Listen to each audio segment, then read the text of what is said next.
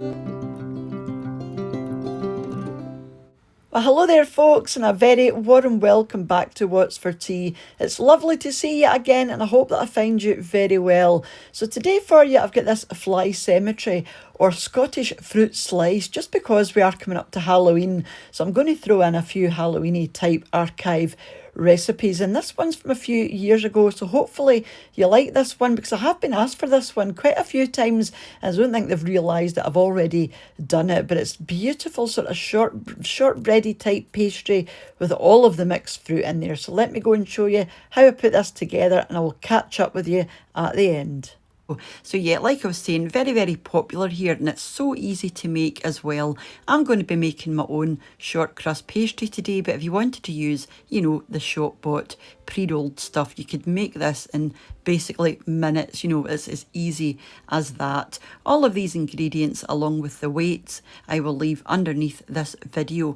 If you click on the show more, it'll bring everything up down there for you, but there really aren't many ingredients at all. Half of these ingredients are for the pastry. So yeah, let me go and show you what I made and everything that you're going to need. So you'll need an oven tray or an oven baking sheet, and you want to line that with foil and then again with some parchment paper. Just make sure it's overlapping so that it's easy to lift off. So first thing we're going to do is make the pastry.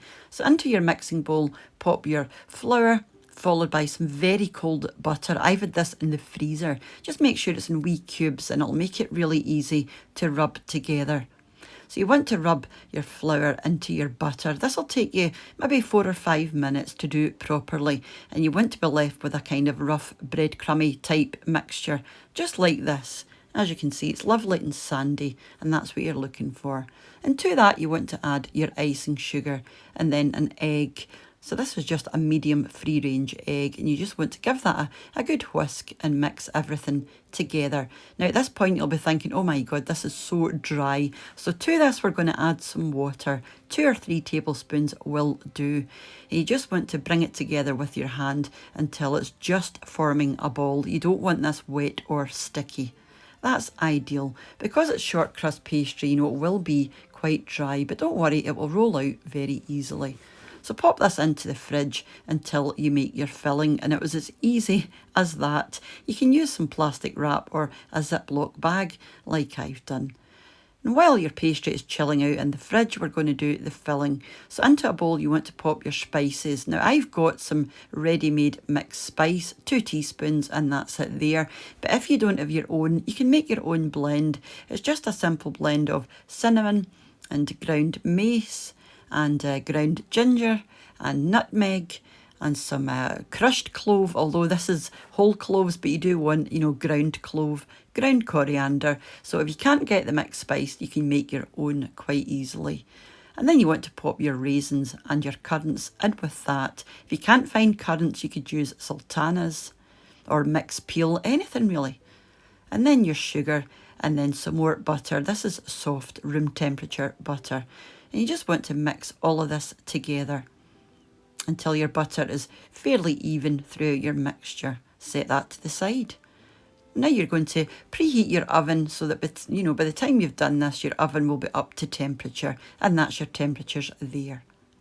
So grab your pastry from the fridge, and you just want to roll this out big enough that you're going to be able to get 2 equal sized rectangles, one for the bottom and one for the top. So I've got my tape measure out because I'm quite funny this way. I like it to be perfect, but it doesn't have to be.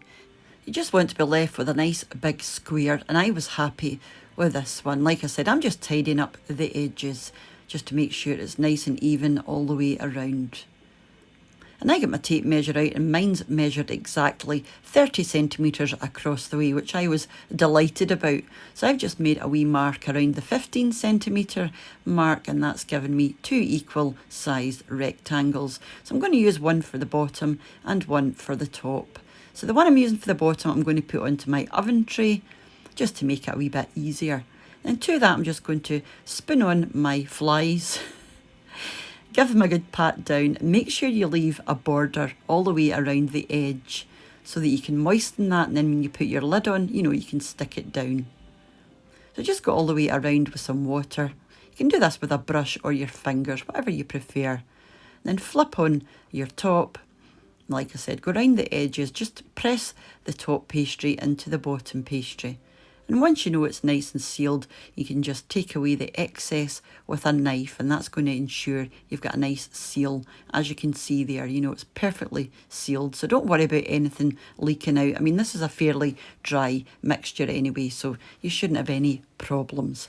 The last thing we're going to do is prick the top with a fork. This is just going to let some steam escape.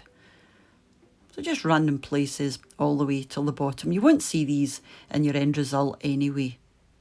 So you want to bake this for between 30 and 35 minutes. I gave you the temperatures earlier, and you should be left with something like this. It's just starting to go a nice browny colour, and this is ideal.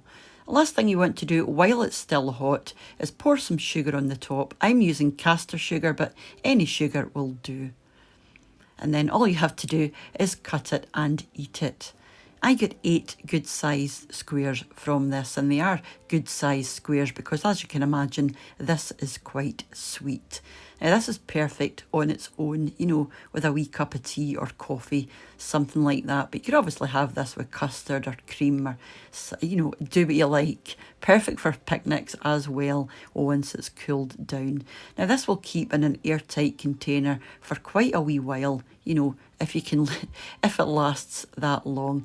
It really is so delicious and very easy to make. And like I said in the beginning, if you're not making your own pastry, you can use, you know, the stuff that you get from the shops already made. You can make this in the matter of minutes. And yeah, big favourite, and so very popular in Scotland, like I said. So do let me know what you thought of that one. Like I said, one of my favourite wee recipes on the channel. It's just got a lovely soft sort of brittle texture, which goes wonderfully with that slightly chewy mixed fruit centre. So thank you so much for watching again, and a huge thank you to the supporters of the channel over on my Patreon page, to the channel members here on YouTube, for you all for leaving your lovely comments, for sharing the videos, those that have bought me a coffee using the Buy Me a Coffee link, or those that have left me a super thanks donation. And I will catch up with you during the week. Take care and bye for now. Bye now.